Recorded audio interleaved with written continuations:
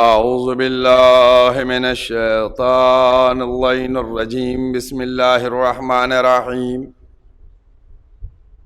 الحمد للہ الذی لا یبلغ مدحتہ القائلون ولا یحصین ماءہ العادون ولا یؤدی حقہ المجتہدون الذی لا یدرکہ بعد الہمم ولا ینعلہ غوث الفتن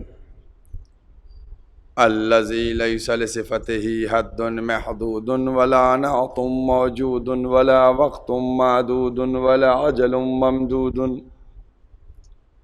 فطر الخلائق بقدرته ونشر الرياح برحمته ووتدا بالصخور ميدان أرضه والصلاة والسلام على سيد الأنبياء والمرسلين قاتم النبيين سيدنا الممجد بشير المسدد نذير المؤيد المصطفى الأمجد المحمود الأحمد أبي القاسم محمد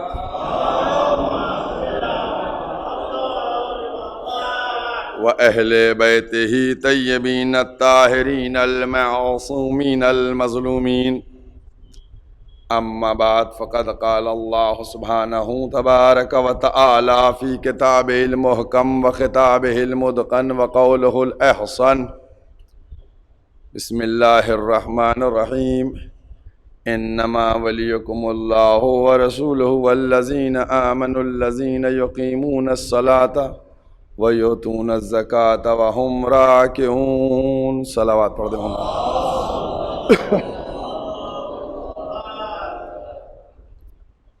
قرآن کریم کے یہ الفاظ جس میں ارشاد الہی ہو رہا ہے کہ تمہارا ولی اللہ ہے، اس کا رسول ہے، اور وہ ولی ہے کہ جو نماز کو قائم کرتا ہے اور حالت رکوع میں زکوٰۃ کو دیتا ہے۔ یہ جو ولایت کا تذکرہ کیا جا رہا ہے، اس میں واضح طور سے پروردگار عالم اپنی ولایت کی بات، رسول کی ولایت کی بات اور ان کی ولایت کی بات کہ جو نماز بھی قائم کرے اور زکوٰۃ بھی دے، یہ بات واضح طور پہ ہے۔ مسلسل انہی الفاظ کے ذریعے سے ولایت کے اوپر بات کی جا رہی ہے اور ولایت کو سمجھانے کی، بتلانے کی کوشش کی جا رہی ہے کہ ولایت اگر ہمارے پاس نہیں ہے تو پھر یہ یاد رکھیے ہم دین اسلام میں داخل نہیں ہوئے۔ اب میں آج اپنے گفتگو کا جو آغاز کر رہا ہوں وہ انہی 3 جملوں سے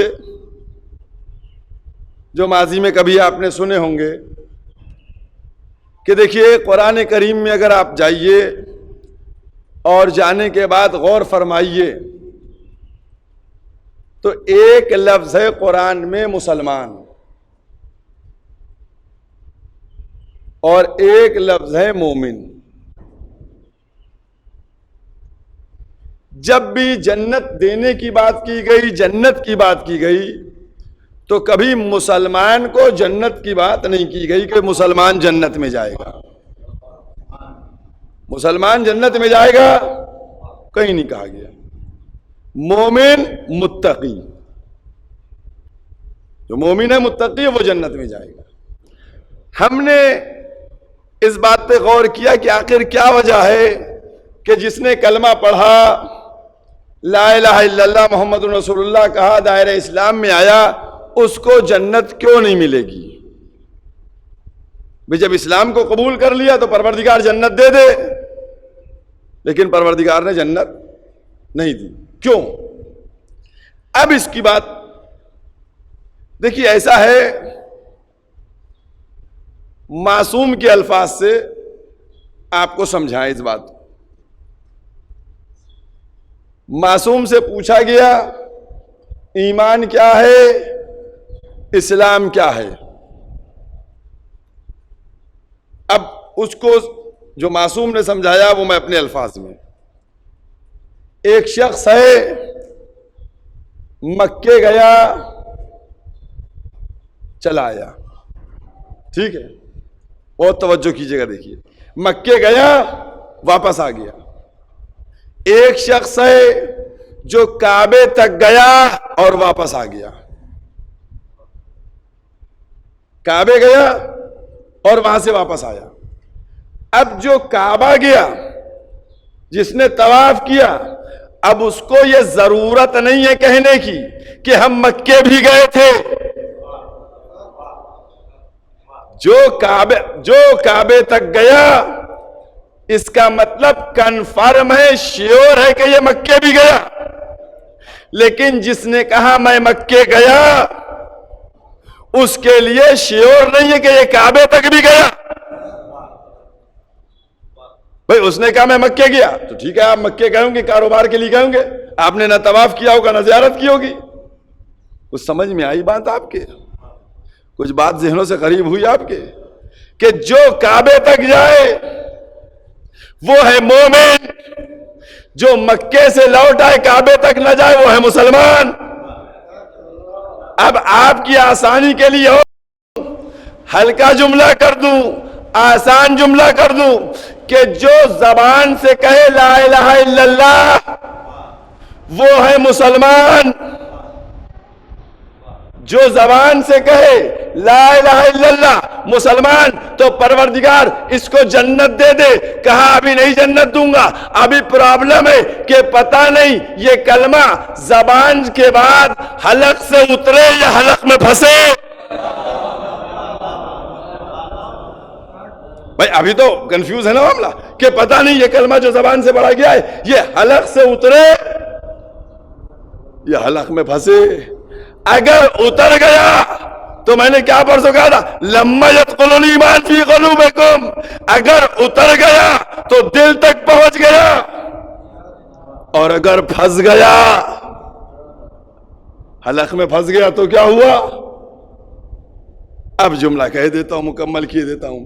کیوں نہیں کہا کہ مسلمان جنت میں جائے گا؟ اس کی وجہ یہ تھی کہ کلمہ پڑھنے کے بعد اگر سب کو جنت مل جاتی تو منافق بھی جنت لے لیتا. لہذا لازم تھا کہ جب تک کلمہ پڑھنے کے بعد دل تک نہ اتر جائے, مومن نہ بن جائے, جنت نہ ملے گی. صلوات محمد و آل محمد.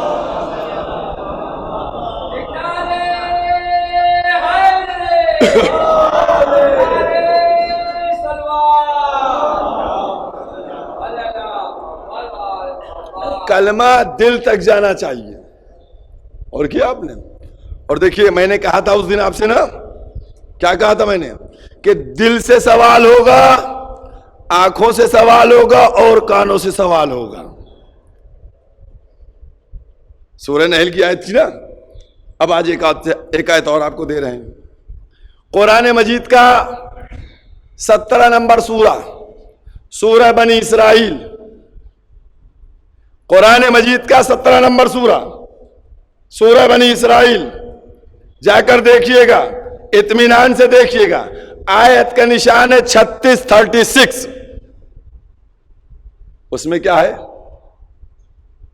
ان السمع. اب پروردگار کیا کہہ رہا ہے؟ کان, والبصر آنکھ, والفؤاد دل. کیا ہوگا ان سے؟ آنکھ, کان اور دل سے سوال کیا جائے گا. آیت ختم ہوگی. کان مسئولہ, سوال ختم, بات ختم ہوگی. آنکھ سے سوال ہوگا, کان سے سوال ہوگا اور دل سے سوال ہوگا. کیا سوال ہوگا؟ اب اتنا تو آپ لوگوں کو سمجھ جانا چاہیے بغیر آیت کے. ایک صلوات پڑھیے محمد والے.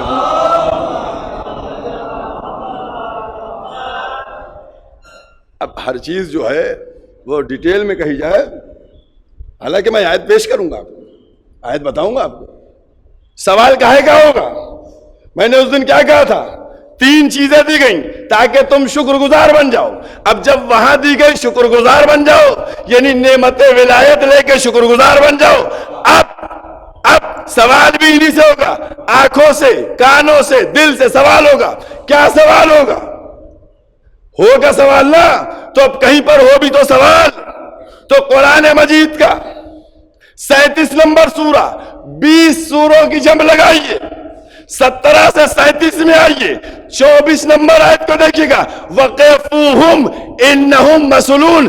جب نماز کا حساب دے دیں گے، روزے کا حساب دے دیں گے، حج کا حساب دے دیں گے، زکوٰۃ کا حساب دے دیں گے، سارا حساب کر دے گا بندہ، اور اس کے بعد بڑھے گا تو آواز آئے گی وَقِفُوهُمْ إِنَّهُمْ مَسْئُولُونَ. ابھی ان کو روکو روکو، یہ جاتے کا ان سے سوال کر رہا ہے. سارا حساب کتاب کر دیا جائے گا. اب یہ چلیں گے بھئی جنت کی طرف چلو، تو آواز آئے گی وقفوم، ان کو روکو. ان سے ابھی سوال کیا جائے گا.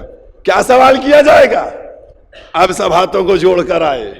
اب جا کر دیکھیے گا اسقلانی کو، اب کیا لکھتے ہیں؟ سب نے ہاتھوں کو جوڑا، یا رسول اللہ یہ سوال کس بات کا کیا جائے گا؟ یہ کون سا سوال ہوگا؟ تو پیغمبر ہر ایک نے لکھا کہ پیغمبر نے فرمایا کہ یہ سوال ہوگا ولایت علی ابن ابی طالب کا، کہ تم نے اقرار ولایت علی کیا بھی یا نہیں کیا. صلوات پڑھتے محمد والے.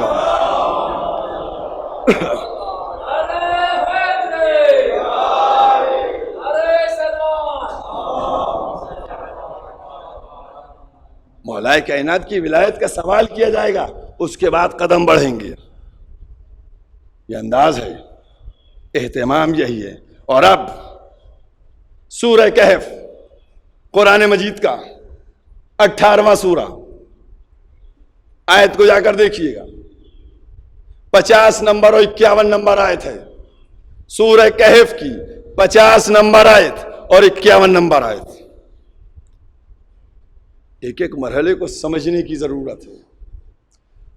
وَإِذْ قُلْنَا لِلْمَلَائِكَةِ اسْجُدُوا، اللہ کہہ رہا ہے کہ جب ہم نے کہا ملائکہ سے کہ سب کے سب سجدے میں چلے جاؤ، تو سب سجدے میں چلے گئے، الا ابلیس، سوائے ابلیس کے سوا سب چلے گئے. کانا من الجن، وہ جناتوں میں سے تھا. ففسق ان امر ربی، اور وہ اللہ کے حکم سے پھر گیا، پلٹ گیا. یہ پوری آیت ہو گئی، جملہ ہوا. اللہ نے جب سب سے کہا کہ تم سب کے سب سجدے میں چلے جاؤ، سب سجدے میں چلے گئے سوائے ابلیس کے، وہ جناتوں میں سے تھا، وہ اللہ کے حکم سے پلٹ گیا، پھر گیا. اب پروردگار کیا کہتا ہے؟ پروردگار کیا کہتا ہے؟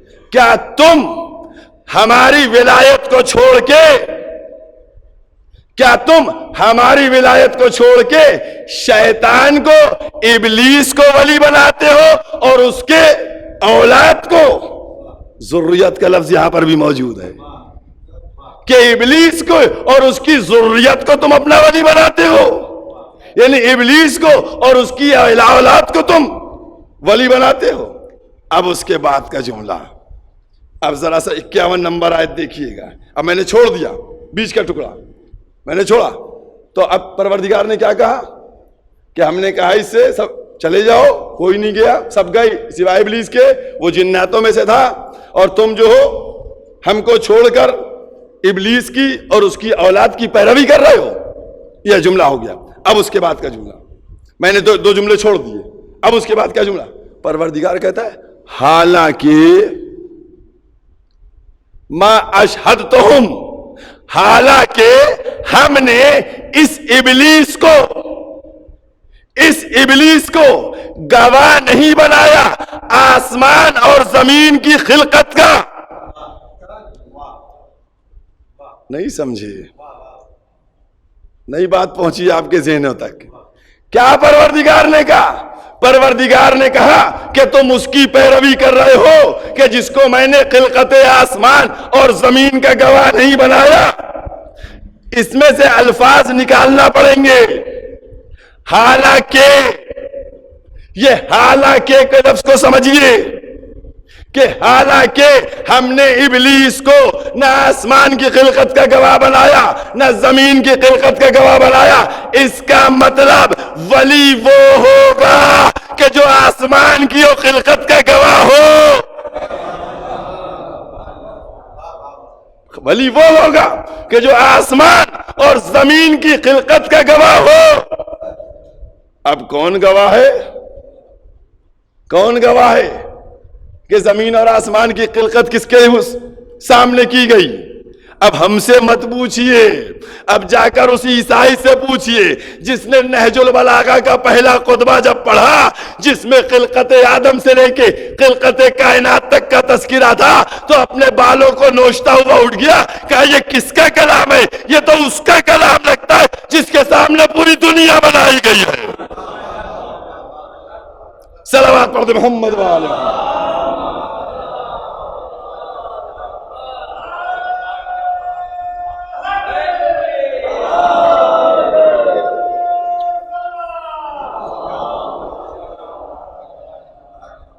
اب میں نے آج ایک پیمانہ اور آپ کو دیا اور حوالے کے ساتھ حوالہ کیا ہے کہ ولی وہ ہوگا کہ جس کے سامنے کائنات خلق کی گئی ہو، زمین و آسمان خلق کیا گیا ہو، وہ ولی ہوگا۔ اب اس کے بعد آگے بڑھیے، آگے کا بھی جملہ بڑا عمدہ ہے، اسی 51 نمبر آیت کا، سورہ کہف۔ کیا جملہ آگے ہے؟ اللہ گمراہوں سے مدد نہیں لیتا، اللہ گمراہوں سے مدد نہیں لیتا۔ اب مسلمانوں کے سروں پہ قرآن رکھو کہ یہ ہے یا نہیں ہے؟ بھئی ہے یا نہیں ہے؟ اللہ گمراہوں سے مدد نہیں لیتا؟ قسم کھلواؤ، مسلمان قسم کھا کے بتاؤ کہ سورہ کہف کی 51 نمبر آیت کا آخری ٹکڑا کہ اللہ گمراہوں سے مدد نہیں لیتا ہے یا نہیں ہے؟ کہیں گے ہے، تو میں کہنا یہ چاہتا ہوں اللہ تو سب کی مدد کرتا ہے، اس کو مدد کی کیا ضرورت پڑ گئی؟ وہ تو قادر مطلق ہے، وہ تو مالک ملک ہے، بھئی اس کو مدد کی کیا ضرورت پڑ گئی؟ اس کا مطلب کیا ہوا؟ اللہ مدد لیتا ہے نا؟ اور کس سے مدد لیتا ہے؟ گمراہ سے نہیں لیتا ہے، گمراہ سے اللہ مدد نہیں لیتا ہے۔ اب بتاؤ جملہ، پوری دنیا کے مسلمانوں کا یہ یقین ہے کہ ابو طالب نے پالا محمد کو، پوری دنیا ایمان رکھتی ہے ابو طالب نے، تو ابو طالب نے محمد کو پال کے، محمد کو پال کے وسیلہ مدد بنے یا نہیں بنے؟ تو ابو طالب نے مدد کی، اور اسی لیے کہا الم یجد کا یتیمن، تم یتیم تھے ہم نے بنا دی۔ تو قدرت کو جس کا فعل پسند آتا ہے اس کو اپنی طرف منسوب کر لیتا ہے۔ صلوات پڑھ دے محمد و آل محمد۔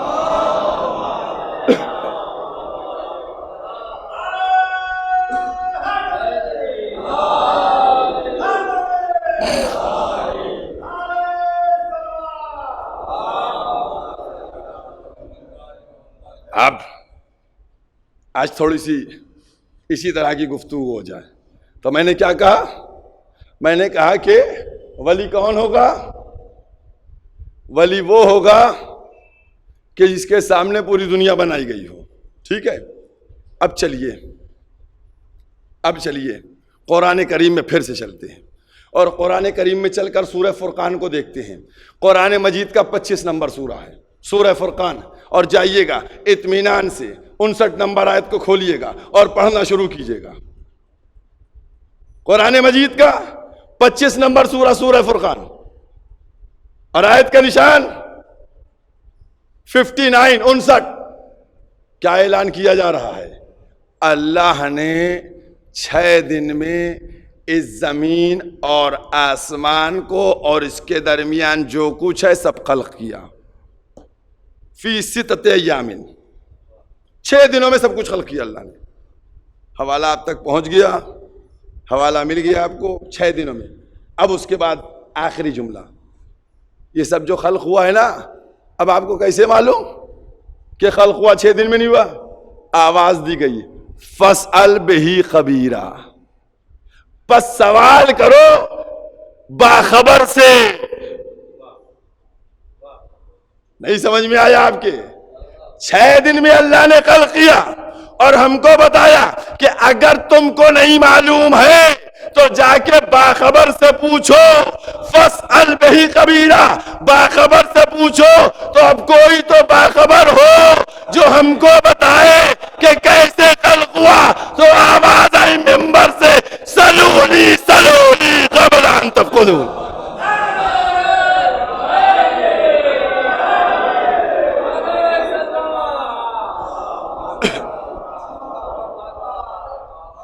آئی خبر، سلونی سلونی، مجھ سے سوال کرو، مجھ سے سوال کرو، میں باخبر ہوں۔ یہ عظمت ولایت امیر المومنین ہے کہ جہاں خالق کائنات پہچانوانا چاہتا ہے۔ اور یاد رکھیے گا، پورے مسلمانوں کو سروں پر قرآن رکھ کے قسم کھلوائیے، مسلمان قسم کھا کے بتلاؤ قرآن میں سب کچھ ہے یا نہیں ہے؟ ہے قرآن میں سب کچھ یا نہیں؟ کہیں گے قرآن کہتا ہے سب کچھ ہے، اس میں ہر کچھ کو تر موجود ہے۔ میں کہنا یہ چاہتا ہوں کہ اگر قرآن میں سب کچھ موجود ہے تو پھر ہم نے جب سورہ نحل کو کھولا، قرآن مجید کا 16واں سورہ نحل کو کھولا، 43 نمبر آیت کو پڑھنا شروع کیا تو اس میں آواز آئی، فاسألوا اہل الذکر ان کنتم لا تعلمون، بس سوال کرو اہل ذکر سے اگر جانتے نہیں۔ اگر جانتا ہوتا تو قرآن کیوں کھولتا؟ ایک ایک مرحلے پہ، ایک ایک مرحلے پہ، سلونی سلونی، 1 دقیقہ، سلونی سلونی، سوال کرو مجھ سے، سوال کرو مجھ سے، تکرار ہے۔ 1 دفعہ کہا سلونی، 2 دفعہ کہا، 2 دفعہ کہا سلونی سلونی، سوال کرو مجھ سے، سوال کرو مجھ سے۔ اب آپ بہت توجہ کیجئے گا چونکہ آیات الہی کے اوپر میں بات کر رہا ہوں۔ سوال کرو مجھ سے، سوال کرو مجھ سے۔ جب 2 دفعہ کہا سلونی سلونی، اب پوچھئے گا علماء سے کہ 2 دفعہ کی کیا ضرورت تھی؟ 1 دفعہ میں بھی کام ہو جاتا، سلونی قبل ان تفقدونی، سوال کرو مجھ سے، سوال کرو مجھ سے، 1 دفعہ ہو جاتا، بات کمپلیٹ تھی۔ یہ تکرار ہوئی ہے اور یہ سب جانتے ہیں کہ اگر بات کی جائے تو اس میں الفاظ کم ہونا چاہیے۔ الفاظ یہاں بڑھ گئے ہیں، سلونی سلونی، سوال کرو مجھ سے، سوال کرو، اس کا مطلب کیا ہوا؟ مجھ سے سوال کرو، مجھ سے سوال۔ اب آئیے قرآن کی طرف چلتے ہیں۔ مولا نے فرمایا ہے نا، غلط نہیں، نعوذ باللہ، توبہ توبہ، ایسا تصور بھی نہیں کر سکتے۔ فرمایا ہے تو کوئی نہ کوئی اس کے اندر مقصد الہی ہوگا۔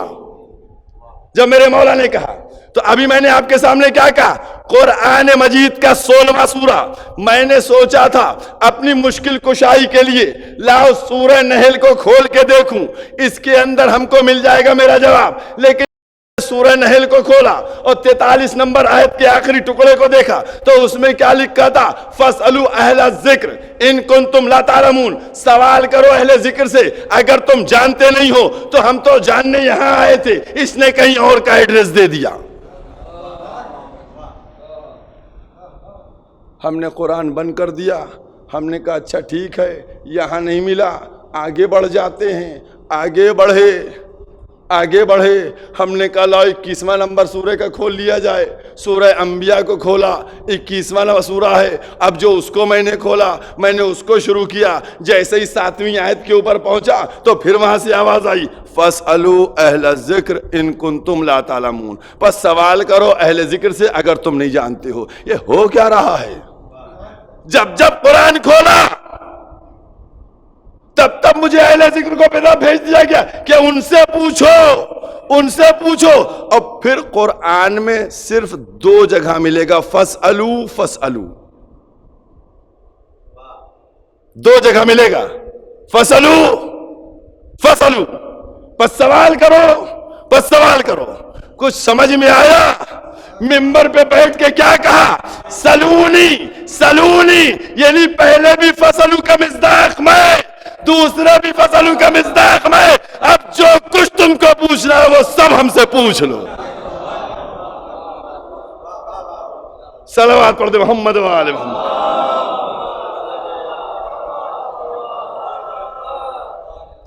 یہ ولایت کی منزل ہے اور ولایت کو سمجھنے کی ضرورت ہے. جب تک آپ ولایت کو نہیں سمجھیں گے. اور دیکھیے پیغمبر کی حیات سے معاملہ چل رہا ہے. ایک واقعہ آج آپ کو پھر سنا دیتے ہیں اور ہو سکتا ہو آپ نے نہ سنا ہو کیونکہ تھوڑا سا الگ واقعہ ہے, لیکن آپ کو سناتے ہیں. ایک صلوات اور پڑھیے محمد والا.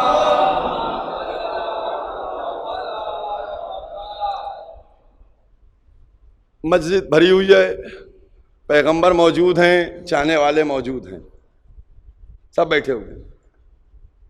ایک شخص داخل ہوا مسجد سے, کہنا یا رسول اللہ, آپ نے کہا شراب چھوڑ دو حرام ہے, میں نے چھوڑ دی. آپ نے کہا سور کا گوشت کھانا چھوڑ دو حرام ہے, میں نے چھوڑ دیا. آپ نے کہا سود حرام ہے, میں نے چھوڑ دیا. آپ نے کہا جو جو چیزیں آپ نے حرام کہی سب میں نے چھوڑ دیا. لیکن اے اللہ کے رسول, مجھ کو ایک گناہ کی اجازت دلوا دیجئے. اب جو اس نے گناہ کا نام لیا تو اصحاب بھڑک گئے کہ مارنے کے لیے اٹھنے لگے کہ اس کو مارے, یہ بدتمیز آدمی ہے, بزم رسول میں ایسی بات کر رہا ہے. پیغمبر اسلام نے سب کو کنٹرول کیا, کہا خاموش ہو جاؤ, بیٹھو. سب کو بٹھا دیا اور اس کے بعد اس سے کہا کہ آؤ تم کیا کہنا چاہتے ہو. وہ آیا. آنے کے بعد کہنے لگا یا رسول اللہ, آپ نے کہا نماز پڑھو, میں نے نماز پڑھی. آپ نے کہا روزہ رکھو, میں نے روزہ رکھا. آپ نے کہا حج کرو, میں نے سارے امور کو انجام دیا. آپ نے کہا شراب چھوڑ دو, میں نے چھوڑ دی. آپ نے کہا سود کھانا چھوڑ دو, چھوڑ دیا. جو حرام کا وہ سب روک دیا. ایک گناہ کی اجازت دلوا دیجیے.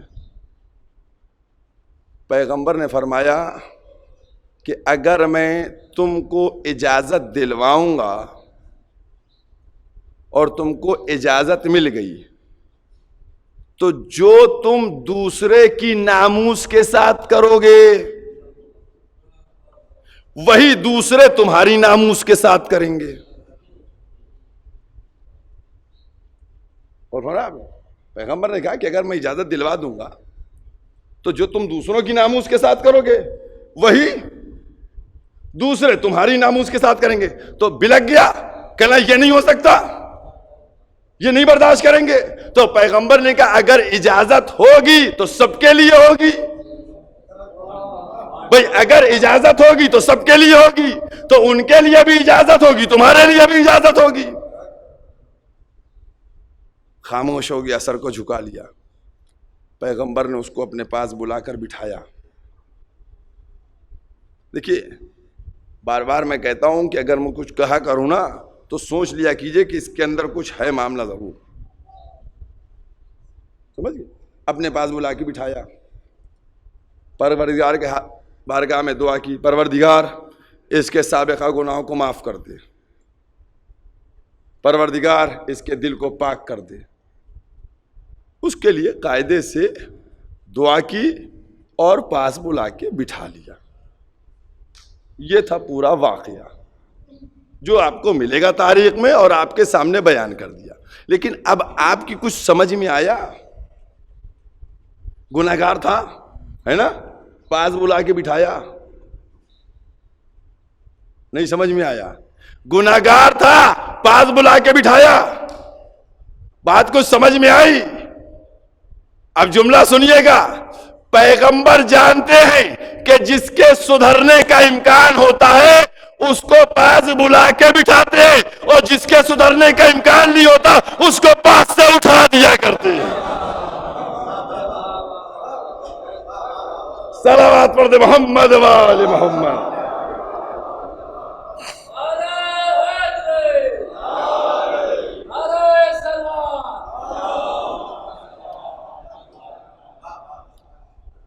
انداز ہے, تبلیغ بھی ہو رہی ہے, پیغام بھی دیا جا رہا ہے, میسج بھی دیا جا رہا ہے. اور کیا آپ نے, اور فقط یہ مودت اہل بیت ہے, جو انسان کو یقین کی منزل میں لے کے آتی ہے، اور جب یقین کی منزل میں لے کے آتی ہے تو اس کو دنیا کی چاہ ختم ہو جاتی ہے اور آخرت پہ یقین اور مکمل اعتماد ہو جاتا ہے۔ یہی سبب ہے، اسی کو تو دیکھیے ایسا ہے کہ کل جہاں پر گفتگو ختم کی تھی نا، وہیں سے دو جملے ملا کر بات کو مکمل کیے دیتا ہوں۔ یقین سب سے امپورٹنٹ ہے۔ انسان جب یقین کی منزل میں نہیں ہوتا نا، تبھی ادھر ادھر بہکتا ہے۔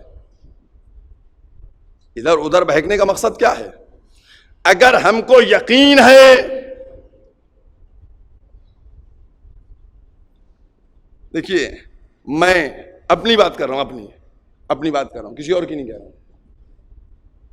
اگر ہم کو یقین ہے کہ مثلا اس در سے سب کچھ مل جائے گا، تو بھی ہم کاہے کے لیے ان کے در پہ جائیں، ہے نا؟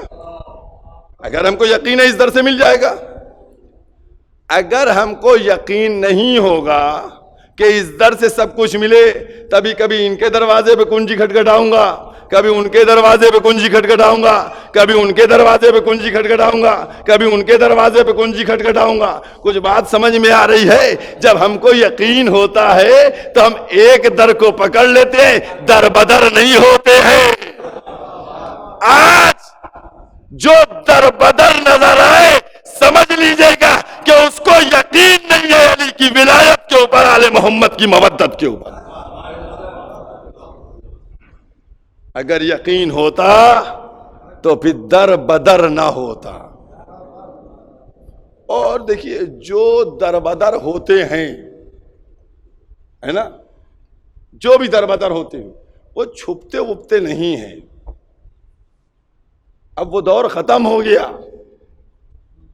کہ چھپا لیا جائے، اب اللہ خود ان کو عیاں کرتا ہے۔ دیکھیے کیا بتاؤں کہ ایک موقع ہے، اب ہر چیز جا کے کہیں بیٹھ جائے تو میں ذمہ دار اس کا نہیں ہوں۔ ایک صلوات پڑھیے محمد والے محمد، ہے نا؟ ہم ذمہ دار نہیں اس کی، سمجھ گئے؟ ہمیں نہیں، ہم واقعہ آپ کے سامنے بیان کریں گے، غلط ہوگا تو میرا دامن پکڑ لیجیے گا کہ مولوی صاحب آپ نے یہ کیوں کہا۔ بھائی جو لوز کیریکٹر ہوتے ہیں، جن کا کیریکٹر خراب ہوتا ہے، جن کا کردار خراب ہوتا ہے، واقعات بھرے پڑے ہوئے آ کر دیکھیے۔ اب میں کہنے کیا جا رہا ہوں کہ اگر انسان در آل محمد کو چھوڑتا ہے اور دوسرے دروں پر اپنے متھے کو ٹیکتا ہے تو ان کی ذلت کا سبب عورت بن جاتی ہے، ان کو رسوا عورت کر دیتی ہے۔ آپ کہیں گے مولوی صاحب آپ کیا بات کرتے ہیں، یہ عورت بیچ میں کہاں سے آ گئی، آپ کو کہیں طنز ہے؟ میں نے کہا میں نے تھوڑی کہا، میں نے کہا جب ابو حنیفہ منبر پہ بیٹھا تھا اور کہہ رہا تھا سلونی سلونی قبل ان تفقدونی، تو ایک علی کی چاہنے والی عورت تھی جس نے آ کر ٹوکا تھا کہ تم کیا بات کرتے ہو، ہمارے مولا کی برابری کرنا چاہتے ہو۔ اس عورت نے کیا کہا تھا کہ جو پوچھوں سوال دے۔ اب دیکھیے وہ عورت تھی، در آل محمد سے وابستہ تھی، تو اس میں تھا قوت، علم تھا، صلاحیت تھی، اور وہ جتنا بڑا عالم ہو اس کو تو خاموش کرنا ہی کرنا تھا۔ اس کو بھئی وہ جتنا بڑا عالم ہو، عورت کو اس کو خاموش کرنا تھا، اگرچہ وہ منبر پہ بیٹھا تھا اور یہ منبر سے نیچے تھی۔ واقعہ ہے، معلوم نہیں معلوم ہے، یا کہہ دوں دو جملوں میں؟ ایک صلوات پڑھیے، سنا دیتا ہوں پورا واقعہ۔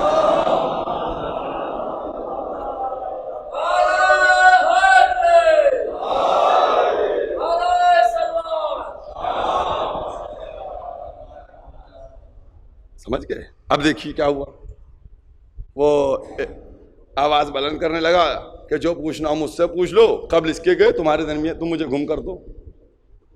یہ عورت گھر میں بیٹھی ہوئی تھی، اس نے سنا یہ تو میرے مولا کی صفت تھی، اس کو کہاں سے لے لی اس نے؟ تڑپ گئی، بے قرار ہو گئی، سب کچھ چھوڑتا ہوا، چونکہ اب وقت بالکل نہیں بچا ہوا ہے، چھوڑتا ہوا وہ آ کے ممبر کے پیچھے بیٹھ گئی۔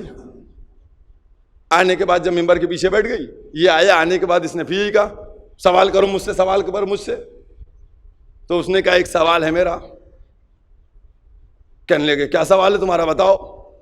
کہنے لگے میرا سوال یہ ہے کہ یہ بتائیے کہ ایک وقت میں 2 صحابیوں کی موت ہوئی، صحابی رسول 2 صحابی مرے۔ کہا ٹھیک، کہا ایک مدینے میں مرا، ایک مدائن میں مرا۔ کہا ٹھیک، مدینہ نزدیک، مدائن مدینے سے بہت دور ہے۔ کہا 2 مرے، ایک مدینے میں ایک مدائن میں مرا۔ کہا جب علی مدینے میں موجود تھے تو مدینے والے صحابی کی تجہیز و تکفین میں کیوں نہیں شریک ہوئے اور مدائن اتنی دور چلے گئے؟ واقعہ تھا۔ اب کیا جواب دیں کہ بھئی 4 کلومیٹر یا 6 کلومیٹر 10 کلومیٹر نہ کہو، مدائن اتنی دور چلے گئے؟ بلکنے لگا، سمجھ گئے؟ عورت نے ذلیل کر دیا اس کو۔ کہنا تم آئی کیسے گھر سے باہر نکل کے؟ اگر تم اپنی مرضی سے نکلی گھر سے تو تم پر لعنت، اور اگر تمہارے شوہر نے اجازت دے کر بھیجا ہے تو اس پہ لعنت۔ عورت ہے، دیکھیے در آل محمد سے وابستہ ہے، جو بغض رکھے گا، جو دشمنی کرے گا، ذلیل ہوگا۔ کیا کہا کہ تم عورت ہو، نکلی کیسے گھر سے باہر؟ اگر تم اپنی مرضی سے نکلی تو تم پہ لعنت، شوہر کی مرضی سے نکلی اس پہ لعنت۔ تو اس نے کہا پھر سوال کا جواب دے دے کہ جمل میں کس کی مرضی سے آئی تھی؟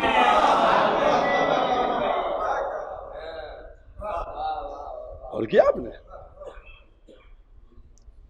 سب ممبر پہ بیٹھنا بھلوا دیا۔ عزیزوں، در آل محمد، اس کے اوپر ہمیں غور کرنے کی ضرورت ہے۔ نہیں، میں نے غلط جملہ کہہ دیا،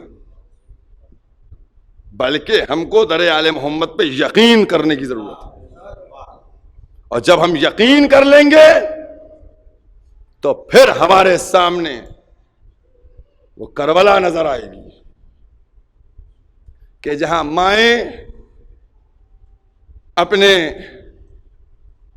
بچوں کو کس طریقے سے قربان کر رہی ہیں، کیونکہ ہر ماں اپنے بچے کو قربان کرنا چاہتی ہے، ہر ماں اپنے بچے کو آمادہ کر رہی ہے، کیونکہ ماں اپنے بچے سے بڑا پیار کرتی ہے، اور ماں یہ چاہتی ہے کہ اس کے بچے کو اس کی عمر لگ جائے، اس کی عمر لگ جائے۔ یہ ہر ماں چاہتی ہے، کوئی ماں نہیں چاہتی ہے۔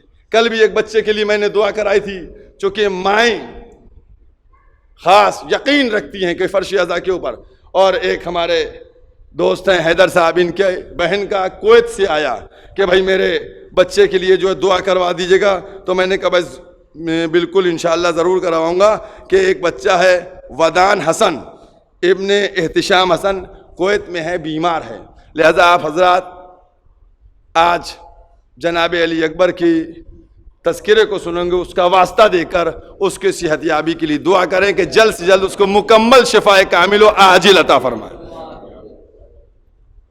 ماں کی آرزو اولاد ہوتی ہے، ماں کی تمنا اولاد ہوتی ہے، ماں ہمیشہ یہی دعا کرتی ہے کہ ہماری عمر ہمارے بچے کو مل جائے، خود اپنے آرام کو کھو دیتی ہے۔ اب اگر کسی ماں کا بچہ صورت و سیرت، رفتار و گفتار میں رسول کی شبیہ ہے تو اس ماں کا کیا عالم ہوگا، اس ماں کی کیا کیفیت ہوگی۔ عزاداروں، لوگ آتے تھے، مصر کا ایک شخص تھا اور وہ آیا، آنے کے بعد دق الباب کیا، یہ مصر کا جو شخص تھا وہ آیا، آنے کے بعد دق الباب کیا، در امام حسین کے اوپر، دروازہ کھلا، پوچھا کیا کام ہے؟ کہا میں مصر سے آیا ہوں، میں نے نیت یہ کی تھی کہ میں رسول کی زیارت کروں گا، سنا ہے آپ کا بیٹا صورت و سیرت میں رسول کی شبیہ ہے، مجھے اس کی زیارت کرنا ہے۔ بہت سے ایسے واقعات ہیں، شام سے لوگ زیارت کرنے کے لیے آتے تھے، دور دور کے علاقوں سے زیارت کرنے آتے تھے، اور امام حسین جناب لیلا سے کہلواتے تھے کہ لیلا سے کہہ دو کہ اکبر کو تیار کر کے بھیج دیں۔ عزاداروں، آج پورے دن ہم کو شہزادے علی اکبر کا ماتم کرنا ہے نا، ذرا سا تصور کر کے دیکھیے گا، ہر ماں جو مائیں جملہ سن رہی ہے نا، وہ تصور کر کے، جس کا بچہ جیسا بھی ہوتا ہے وہ اس سے بڑا پیار کرتی ہے، لیکن لیلا کا بچہ تو رفتار و گفتار صورت و سیرت میں رسول کی شبیہ ہے۔ جب امام حسین یہ کہتے ہوں گے کہ لیلا سے کہو بچے کو تیار کر کے بھیجے، ارے لوگ زیارت کرنے کے لیے آئے ہیں، تو بی بی لیلا کا سینہ کتنا کشادہ ہوتا ہوگا، اے پروردگارا مجھ کو بچہ ایسا دیا کہ لوگ دور دور سے زیارت کو آتے۔ جزاکم اللہ خیر الجزا، جزاکم اللہ خیر الجزا۔ عزاداروں، جناب لیلا کیا عظمت ہے۔ ایک دو جملوں کا واقعہ ہے، جب جناب عباس سارے بچوں کو، بنی ہاشم کے بچوں کو تلوار چلانے کی مشق کروا رہے تھے، تربیت دے رہے تھے، تو ایک دن یہ بیویوں نے ظاہر کیا کہ ہم لوگ بھی پس پردہ بیٹھ جاتے ہیں اور اس کے بعد دیکھتے ہیں کیسے آپ فنون جنگ سکھلا رہے ہیں۔ تو ملتا یہ ہے کہ جناب عباس جناب علی اکبر سے جنگ کر رہے ہیں جیسے، اور اسی میں وار کے رد و بدل کرتے ہوئے ایک دفعہ جناب عباس کی جو تلوار تھی جناب علی اکبر کے پاس سے گزری، بس جیسے ہی یہ منظر دیکھا زینب نے تڑپ کے باہر نکل آئی، میرا لال۔ بی بی یہ عباس کے ہاتھ میں تلوار ہے، علی اکبر کوئی خروش تک نہیں آئے گی۔ لیکن جب اسی بی بی نے اکبر کے سینے پہ برچھی لگے دیکھی، جناب زینب بڑی محبت کرتی تھی، بہت چاہتی تھی جناب علی اکبر کو، صبح ہوتی تھی لے آتی تھی جناب علی اکبر کو، اپنے گھر میں رکھتی تھی، اس کے بعد شام کو واپس بھیج دیا کرتی تھی، بہت چاہتی تھی۔ عزاداروں، تم تصور کر کے بتاؤ، علی اکبر جس کی پیشانی پہ ماں کی تمنا رہی ہوگی صحرا بندھے، وہی ماں شب عاشور چراغ کو روشن کیے ہوئے زانوں پہ سر رکھے ہوئے، اے بیٹا علی اکبر کل اپنی دادی کے سامنے مجھے سرخرو کر دینا۔ ماں کی بڑی تمنا تھی کہ علی اکبر آقا پر سے اپنی جان کو قربان کر دیں، نثار کر دیں۔ صبح نمودار ہوئی، کیا منزل ہے، ایک ایک کر کے سب جانے لگے، بات ہونے لگی۔ بس عزاداروں، جب شہزادے علی اکبر آئے، آنے کے بعد کہا آقا بابا مجھ کو مرنے کی اجازت دیجئے۔ عزاداروں، ایک جملہ اور کہتا چلوں، ایک چھوٹا سا واقعہ ہے۔ ایک دن پیغمبر اسلام کے پاس دو بدو عرب لڑتے ہوئے آئے، ایک ناقہ، پوچھا کیا معاملہ ہے، تو ایک کہتا تھا میرا ناقہ ہے، دوسرا کہتا تھا میرا ناقہ ہے۔ پیغمبر نے پوچھا کہ تم لوگوں کے پاس اس سے متعلق کوئی گواہ ہے، کوئی ثبوت ہے؟ تو اس میں سے ایک بولا میرے پاس ثبوت ہے۔ کہا کیا ثبوت ہے؟ کہا یا رسول اللہ اس کو آپ ذبح کروائیے، اس کے جگر کو دیکھیے گا 2 سوراخ ملیں گے، اگر 2 سوراخ مل جائیں تو یہ میرا ہے، اور اگر اس کے سوراخ نہ ہوں تو آپ اس کو یہ ناقہ بھی دے دیجئے گا اور اس کی قیمت بھی میں دے دوں گا۔ پیغمبر نے اس کو ذبح کروایا، ذبح ہوا، 2 سوراخ نکلے۔ پیغمبر مخاطب ہوئے، کہا یہ بتاؤ تم کو کیسے پتا تھا کہ اس کے 2 سوراخ ہیں؟ کہا یا رسول اللہ ہم نے سنا یہ ہے کہ اگر کسی کے بچے کو اس کے سامنے ذبح کیا جائے تو دل میں سوراخ ہو جاتا ہے، جگر میں سوراخ ہو جاتا ہے۔ یا رسول اللہ، ہم نے اس کے 2 بچوں کو اس کے سامنے ذبح کیا ہے۔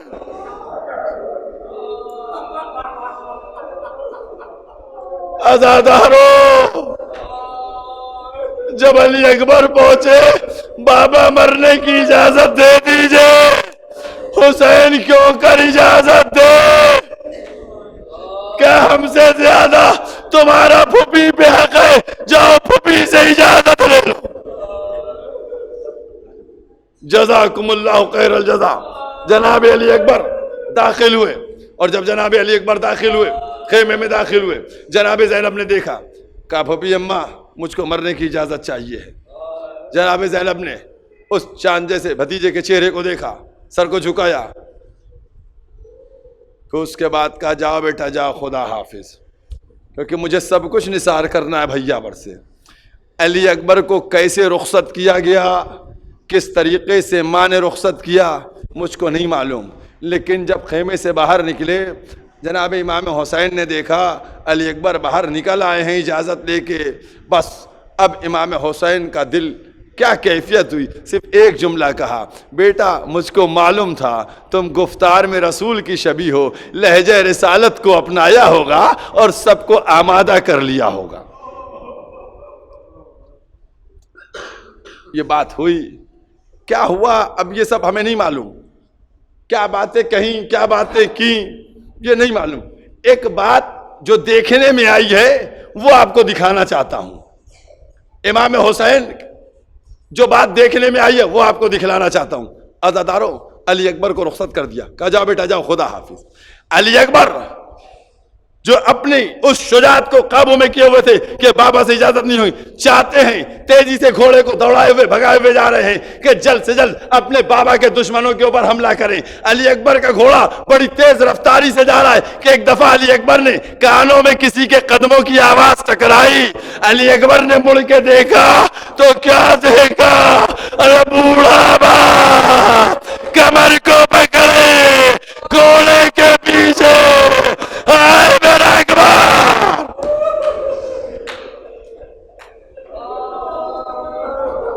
عزادارو، ارے اب تو احساس ہو گیا کہ باپ کی کیا محبت۔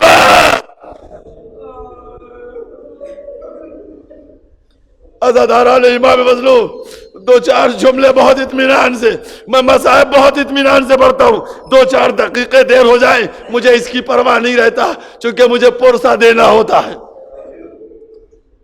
جناب علی اکبر نے گھوڑے کو فوراً موڑا، آئے، کہا بابا آپ تو مجھے اجازت دے چکے تھے، آپ تو مجھ کو اجازت دے چکے تھے، قسم خدا کی پوری زندگی رونے کے لیے کافی ہے۔ کیا جملہ میرے مولا نے کہا علی اکبر کاش تم بھی صاحب اولاد ہوتے۔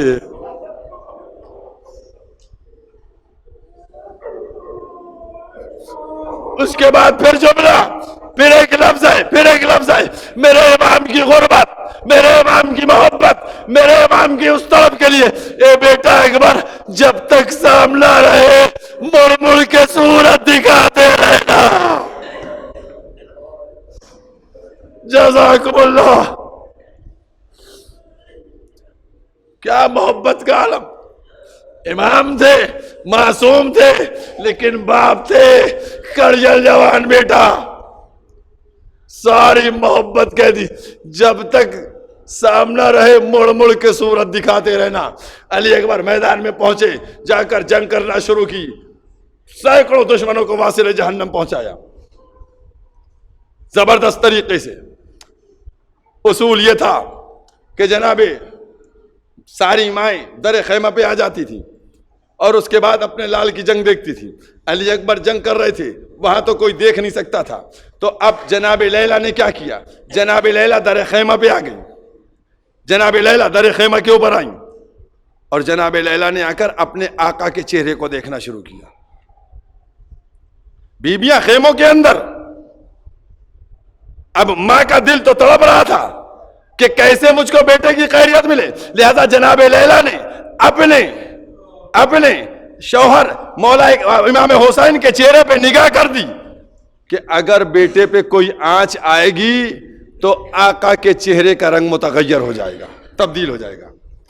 جناب لیلا امام حسین کا چہرہ دیکھ رہی ہیں، اتنے میں دیکھا امام حسین کے چہرے کا رنگ تبدیل ہوا، آواز بلند کی کہ آقا میرے بچے کی خیر، آواز دی کہ لیلا عرب کا ایک بہت بڑا پہلوان علی اکبر کے مقابلے میں آیا ہے جس کا نام بکر ابن غانم ہے، اے آقا تو میرے بچے کی خیر؟ کہا آئے، آنے کے بعد کہا میں نے نانا سے سنا ہے کہ ماں کی دعا بیٹے کے حق میں قبول ہوتی ہے، کہا جاؤ خیمے کے اندر جاؤ، بالوں کو پریشان کرو اور بیٹے کے لیے دعا کرو۔ جناب لیلا نے ساری بیویوں کو بلایا، ساری بیویاں جمع ہو گئیں، بالوں کو پریشان کیا اور اس کے بعد ہاتھوں کو پھیلایا، آسمان کا رخ کیا، کہا پروردگارا یعقوب سے یوسف کو ملانے والے، ہاجرہ سے اسماعیل کو ملانے والے، میرے بچے کو مجھ سے ملا دے۔ ادھر تکبیر کی صدا بلند ہوئی، ادھر امام حسین آئے، کہا لیلا مبارک ہو، تمہارا بیٹا کامیاب ہو گیا۔ جناب لیلا کی دعا قبول ہو گئی۔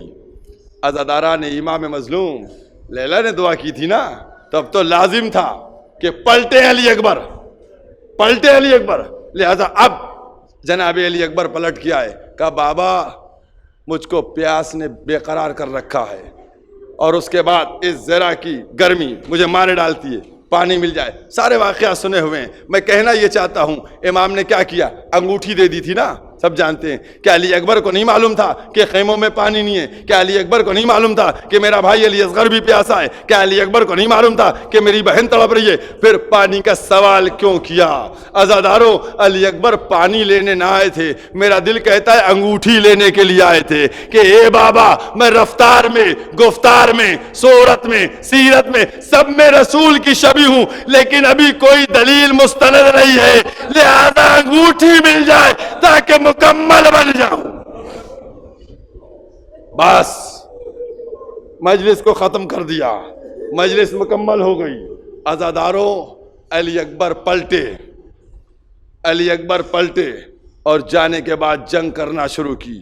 بہت بہادری سے جنگ کر رہے تھے، شجاعت کے ساتھ جنگ کر رہے تھے۔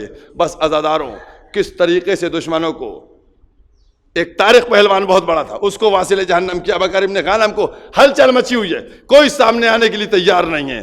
بس عزاداروں اسی موقع، اسی اثنا ایک یزیدی نے چھپ کر جناب علی اکبر کے اوپر ایک برچھی کا وار کیا جو علی اکبر کے سینے میں لگ گئی۔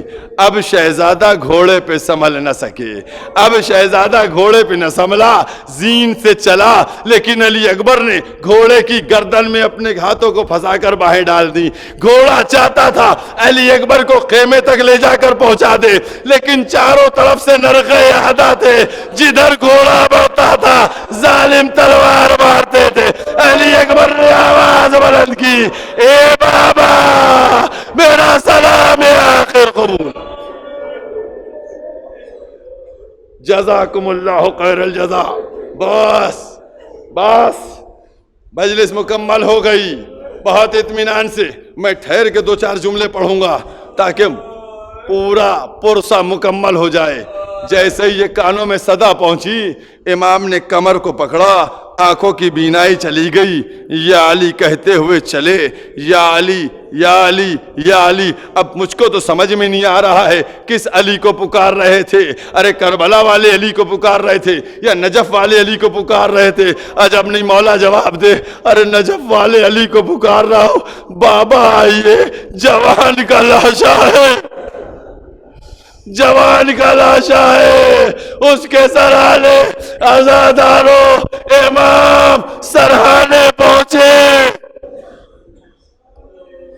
امام سرحانے پہنچے، میں نے جملہ پڑھا، غربت کا اندازہ کیجئے، ارے نقصان پہ نقصان رکھ دیا۔